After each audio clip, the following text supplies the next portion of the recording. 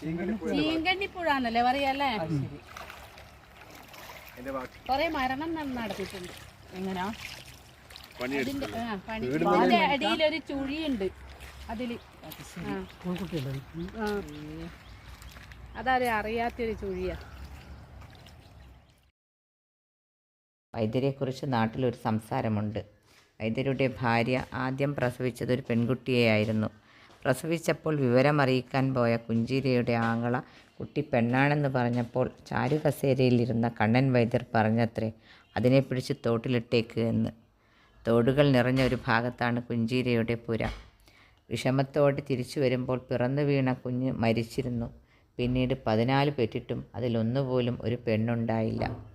കണ്ണൻ വൈദ്യരുടെ അഹംഭാവം കൊണ്ട് ദൈവം കൊടുത്ത കൂലിയാണത്രേ അത്. വൈദ്യർ കുയ്യാലിയിൽ വന്ന് പൊക്കിയ അടിമുടി നോക്കി നാടി പിടിച്ച് പരിശോധിച്ചു. കഷായത്തിനുള്ള മരുന്നിനെഴുതി, തേച്ചു കുളിക്കാൻ കുഴമ്പിനെഴുതി. സ്നേഹം പങ്കിട്ടു. വിരസതയകറ്റാൻ പല കഥകളും പറഞ്ഞു. കണ്ണൂർ ജില്ലയുടെ ഒരു പ്രാന്ത പ്രദേശത്ത് വന്ന ജാനുവേത്തി എന്ന് ഞങ്ങൾ വിളിച്ച ജാനകി എടുത്തി എന്നെയും കൂടെയുള്ളവരെയും അത്ഭുതപ്പെടുത്തിക്കൊണ്ട് ഒരു ദിവസം പറഞ്ഞു, അവരുടെ അച്ഛന് 7 ഭാര്യമാരുണ്ടായിരുന്നുവെന്ന്. ആ സത്യം കേട്ട് എല്ലാവരും അത്ഭുതത്തോടെ നിന്നു.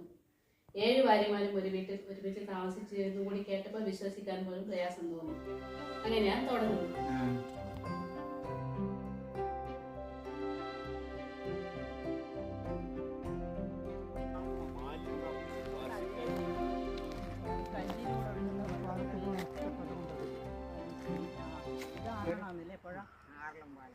പുഴേന്റെ പേര് ആറളം.